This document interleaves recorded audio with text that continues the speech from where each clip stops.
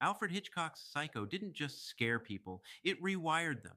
When the film was released in 1960, audiences walked into theaters expecting a standard suspense thriller. What they experienced instead was something fundamentally different.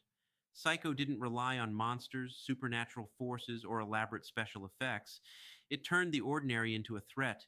A roadside motel, a polite conversation, a bathroom, a shower.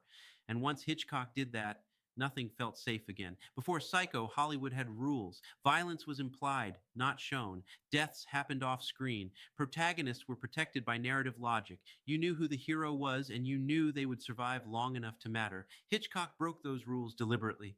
The film opens by positioning Marion Crane as the clear main character. We follow her. We understand her motivations. We empathize with her choices. The audience settles into the expectation that this is her story, that whatever danger lies ahead, she will navigate it. Then Hitchcock kills her less than halfway through the film. That single decision destabilized audiences in a way that cinema had rarely done before.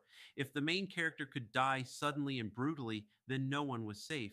Viewers were no longer watching a story unfold. They were exposed, vulnerable, unsure where to place their trust. That uncertainty is the foundation of the fear Psycho created. And then there is the shower scene. It lasts less than a minute, but it became one of the most studied sequences in film history, not because of what it shows, but because of what it makes you believe you saw. There is no explicit nudity, no graphic stabbing, no visible penetration of the knife into flesh, yet audiences walked away convinced they had seen something horrifying. Hitchcock achieved this through editing, sound, and suggestion, rapid cuts, close ups, screeching violins. The rhythm of the knife paired with Bernard Herrmann's shrill score created an assault on the senses. The brain filled in the gaps. The violence felt real because it was constructed inside the viewer's mind. That was the genius of it. The setting made it worse. A shower is one of the few places where people are completely vulnerable. You are naked.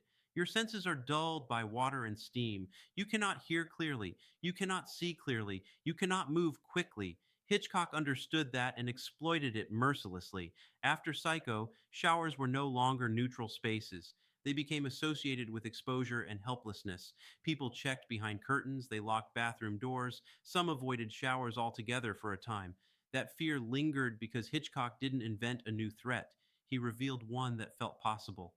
The villain wasn't a monster, he wasn't foreign, he wasn't obviously dangerous. Norman Bates was polite, soft spoken, awkward. He seemed harmless, even sympathetic. That was another shock. Hitchcock asked audiences to confront the idea that evil could look normal. That danger might smile at you, offer you a sandwich, and talk about loneliness. Norman Bates did not announce himself as a villain. He blended in.